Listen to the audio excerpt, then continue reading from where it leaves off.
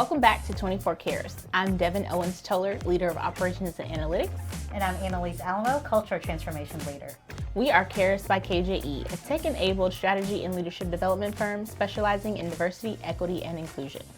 And we are in part 4 with the wonderful Miki Woodard, CEO of the Texas Women's Foundation, where we're talking all things women and girls, inequities, career success, navigating the barriers. We're talking about it all. So in our last part, we're going to talk a little bit about economic security. So your website says, in Texas, women and girls lack economic security and leadership opportunities to reach their full potential.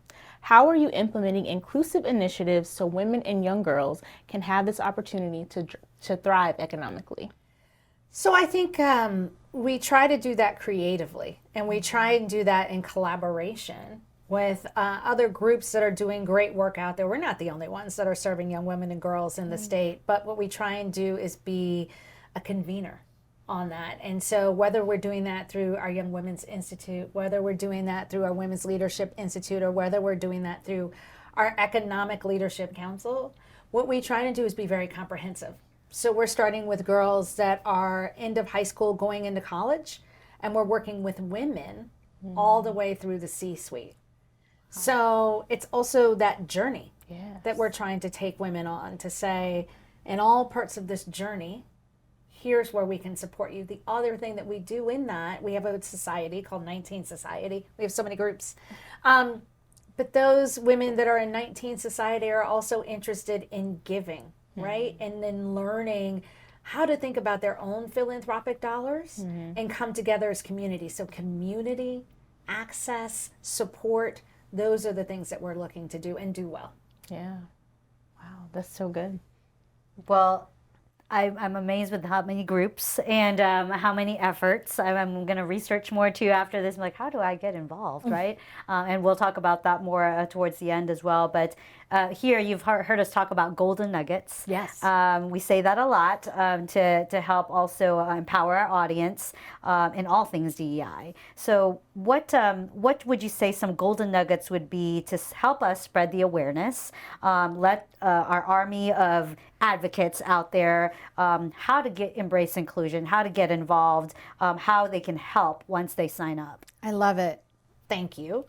Army of Advocates is a great way, because once you sign up, we will consistently give you information. Now we're thinking about voting in elections. What are the deadlines? How do you know where your polling place is? How do you think about all of these different issues? So that's really kind of straightforward and a good way to stay in close touch. But when you were talking, something else came to mind. We have giving circles. So like, I have something else. We have giving circles. Our giving circles are led by these incredible women that came together to say, we may not be able to invest at a certain level, but together we can learn about what's happening in our communities and how we might think about giving access to younger women or other critical needs. We have 3. We have one that serves the Hispanic community, we have one that serves the African American community, and then we have one that serves the Asian community. And so each one of those really defines their own priorities. And I think that's another great way, those giving circles, to get access to the issues that are happening around you and these incredible women that are out there on the front lines of trying to combat them. That's great. And what would you say if there's a listener out there or someone watching our podcast say, wow, that sounds all amazing. How can I get involved? How can I contribute? How do I, what services or what of my talents can I give to an organization like yours where you may need some of that? I think the quickest way is our website, txwf.org. That's the easiest way to kind of find information. If you're looking for Army of Advocates, if you're looking for one of the giving circles, if you want to know what events they're having coming up. I'm going to one for ORCID, which is the Asian American Giving Circle, in a couple of weeks. And I just came from one a couple of weeks ago for H100, which is our Hispanic Giving Circle. So they're out there. Start with the website and use that to connect. And then on the website, there's, of course, a box where you can put in, I have a question that maybe I didn't see. And that information will come to somebody on my team, if not me. Yeah, that's good. What about the women that are kind of sitting in those maybe individual contributor or team member positions or seats in their organization. They've had some feelings, they've thought some things. How do they kind of know when it's time to reach out, ask for help, ask for support and resources to help them begin to navigate their careers? It's a good question. It's a really good question, because I think that sometimes we can wait too long. You know, you're in your head, you're thinking, I don't know if what I saw is what I saw, what I feel is right. Do I have the right to ask for this in this environment, or to think that I deserve this, or to think that there's an opportunity ahead that I don't see a path to? And you're in your head for too long. So my thing is, I hope that what we are all working towards are environments where people can ask at any point, right? And engage in that conversation, and then find a path to a mentor or an advocate or somebody else internally that can help them really think through whatever you might be struggling with. Yeah, that's so good. So talk to us more about the mentoring. I think that's something that comes up pretty frequently. You know, that advocacy, mentoring part, sponsorship. Yep. I mean, those are kind of things that come up very frequently when we talk about, well, how do we give that support, right, for women to develop into their careers, to figure out and navigate, you know, whether it's from the beginning of their entry into the workforce all the way, you know, as they progress. Talk to us, how does that work with, like, if someone's out there saying, I need one of those, like, I need someone to advocate for me or to mentor me, but where do we begin? It's a great question. And I think part of it is being really clear around, what do you want? Is what you need a mentor or a conversation?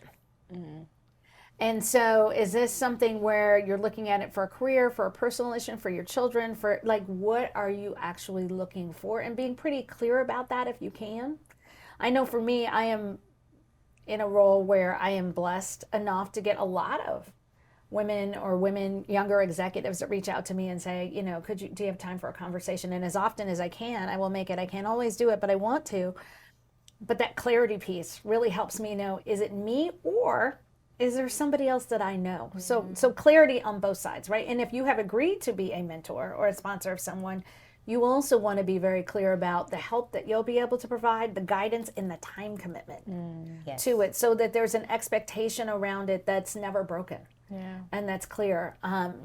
So I think that, and then there are great organizations, including ours, where we have, you know, women that are out there that are saying, I'm here, and I'm interested, and I'm open, and I'm available. But there's others, like Step Up for Women. Like, there are other organizations that you can find that do some great mentoring for women that are out there.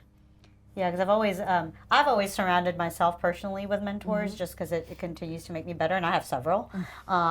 Whether it's on the spiritual mentorship side, professional mentorship, just family mentorship, whatever it is, being a mother.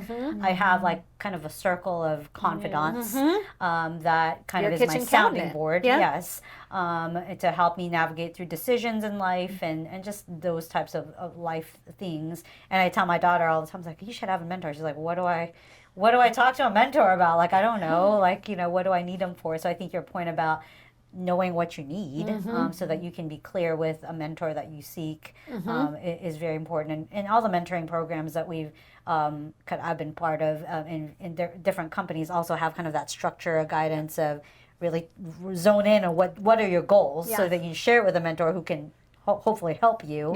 And that pairing, right? Because usually we pair, like, well, what are the things you're trying to work on, and let's pair you up with someone that is very strong in that sense, right? And so I think finding the right mentor is also the important piece of it. I know Devin's got experience with that too, with the mentoring piece. Yes, I was actually going to bring that up. So, and Lisa's referring to the fact that when I was in college, I actually met Kelly at JCPenney.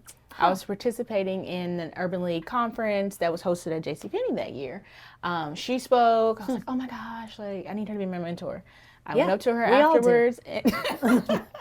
I went up to her afterwards and I asked her to be my mentor. That was 10, 11-ish years ago now. And coming full circle, you know, I started working at the firm 2 years ago through planting that seed that I had no idea, you know, we would be here today. So mentoring can pay dividends in many different ways and in different facets. I was always told growing up to build your board of directors, similar to what you're talking about in terms of your circle. Build your board of directors that can advocate for you, that you can, pitch ideas to, get feedback from, cry to, like whatever, whatever it looks like, whatever you need in that moment, having those different types of people in different spaces, in different areas of your life that you can go to. I also think, and I love that story, it's about investing in that connection. And really, because that's hard to do, right? And thinking about, how am I writing notes? How am I thinking about what's important to that person? When is their birthday? When is their anniversary? Like, how are you making sure that it's not just always about, this is what I need, but it is also about, I see you. Yes. And so I may not be in the same place in my career, but there are still pieces that I know that we can give to each other. I think that's so good, because I think a lot of people, mentors or mentees, can get into it in a very transactional way, I guess. And so thinking about the reciprocity of it, and that we can both learn from each other despite our generational differences or, faith differences, whatever it may be. So, yeah. Yeah, and it's a good golden nugget, especially for our listeners out there who are, stuck. I just had a recent conversation with a mentee about feeling stuck in their career, and I said, well, what are you doing about it? Yeah. Right? Are you waiting Yeah. for someone to reach out to you, or are you taking the bull by its horns and saying, okay, I need to seek it out and be proactive about it? And I need to look back at everyone I've met. Like, how do we take stock of everyone that we actually know? And then think about where I want to go next, and how somebody that may not be someone that came to mind the first time actually can be helpful. Yes. Absolutely. Also in building that network. Yeah. It's about who you know Yes. as well. So much so. And caring for that network. Yes. Absolutely. All right. This has been a great conversation. Thanks, Miki. Thanks for joining us and listening to 24 Karat. We help you live a 24/7 commitment to DEI 365 days of the year.